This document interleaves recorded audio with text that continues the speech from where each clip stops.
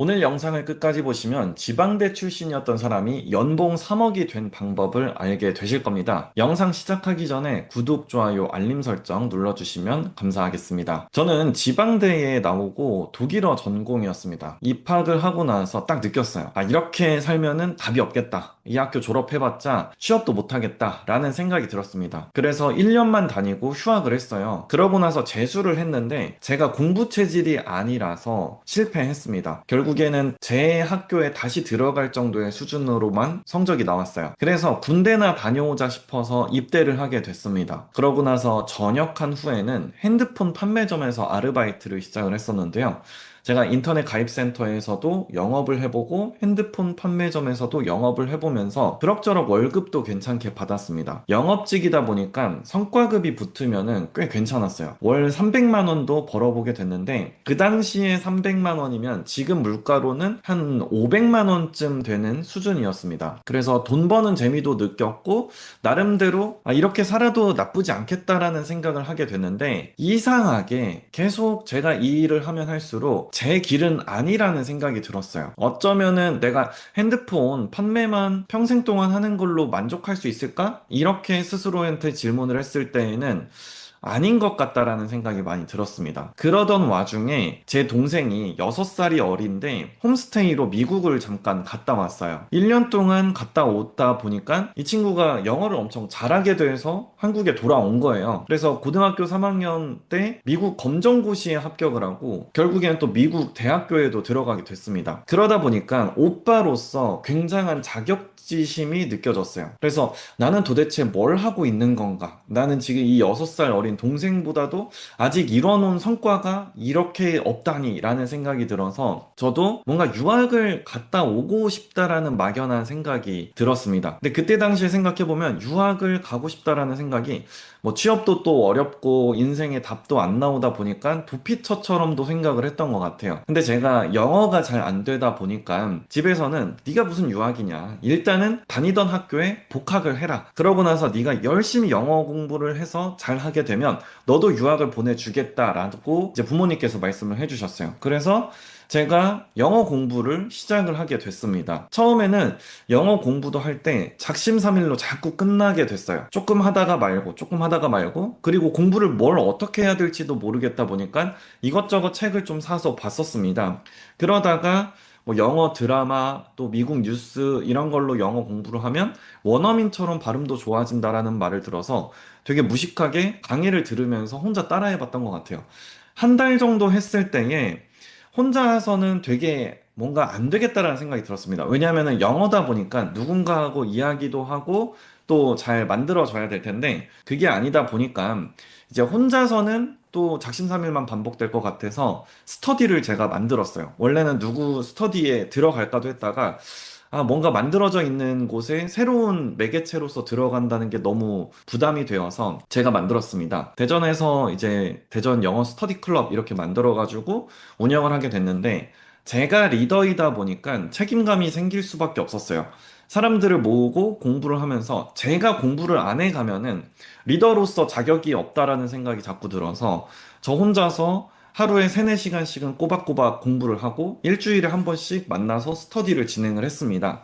그래서 스터디로 이제 사람들을 이끌어 드리기도 하고 또 이렇게 해보자 저렇게 해보자 하면서 연구도 하고 또 영어 뭐 프리토킹 연습도 하고 이렇게 하다 보니까 한 1년쯤이 되었을 때 스터디 인원이 한 30명 정도로 늘어나 있더라고요.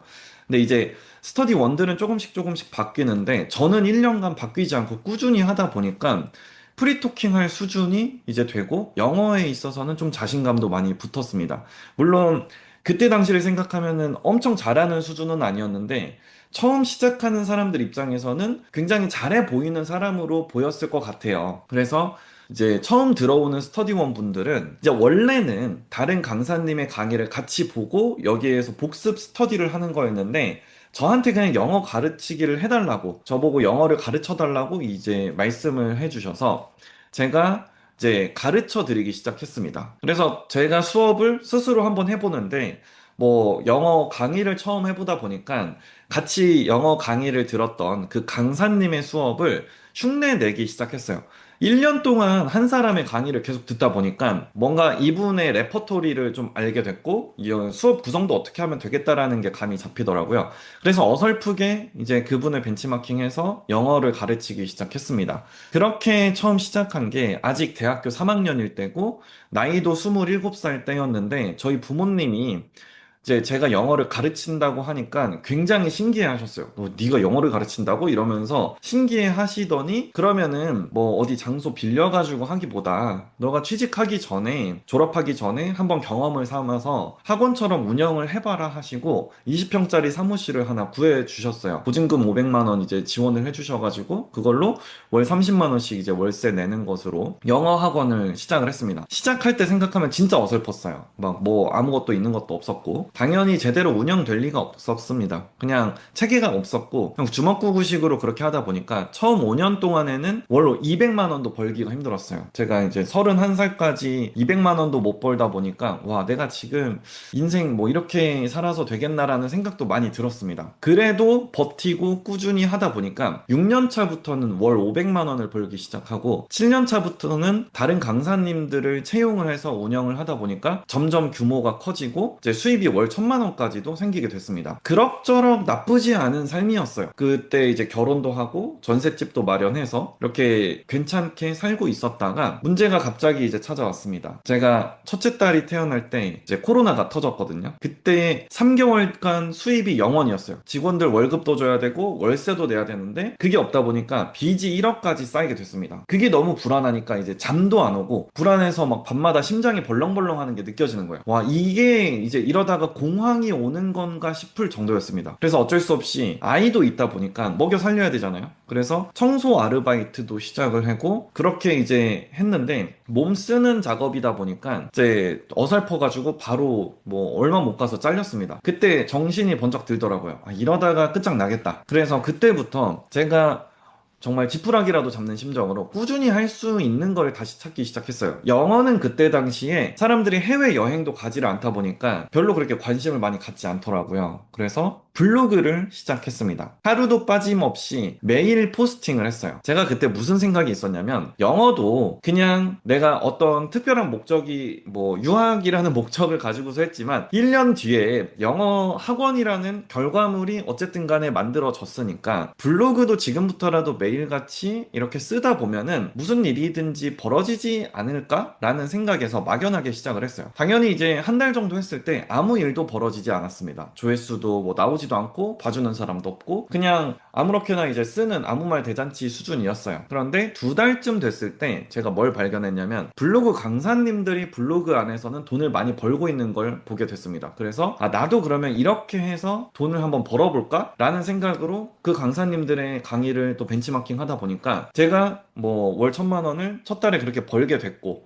그렇게 하다 보니까 이제 괜찮은 수입으로 또 유지하게 됐어요. 이게 그냥 하루아침에 된 게 아니라 10년 넘게 영어학원을 운영하다 보니까 거기에서 노하우가 쌓여서 결국에는 이런 결과가 만들어졌던 것 같습니다. 그래서 여러분들께서도 무언가를 다시 시작해야 되겠다라고 한다면은 일단 꾸준히 해보시면은 무슨 일이든 또 벌어지는 것을 발견할 수 있으니까 한번 해보시면 좋겠습니다. 어설프더라도 뭐가 없다고 하더라도 꾸준히 하다 보니까 지금 저도 유튜브 채널 뭐 지금 채널이야 아무것도 아니어 보이지만 제가 또 39만 채널이 있거든요. 그래서 여러분들께서도 한번 꾸준히 해보시면 이런 결과물을 맞이할 수 있는 것을 또 느껴보시면 좋겠습니다. 제가 이제 느낀 것은 뭐냐면은 엄청나게 학벌이 중요하거나 인맥이 있거나 뭔가를 엄청 잘해야지만 되는 게 아니라 매일 꾸준히 무언가를 하다 보면 어설프더라도 돈이 벌릴 구멍이 나중에 또 보인다. 이거를 한번 여러분들께서도 발견하시면 좋겠어요. 매일 하다 보면은 준 전문가가 되고 어설프게라도 돈을 받고 하다 보면은 또 진짜 전문가가 되어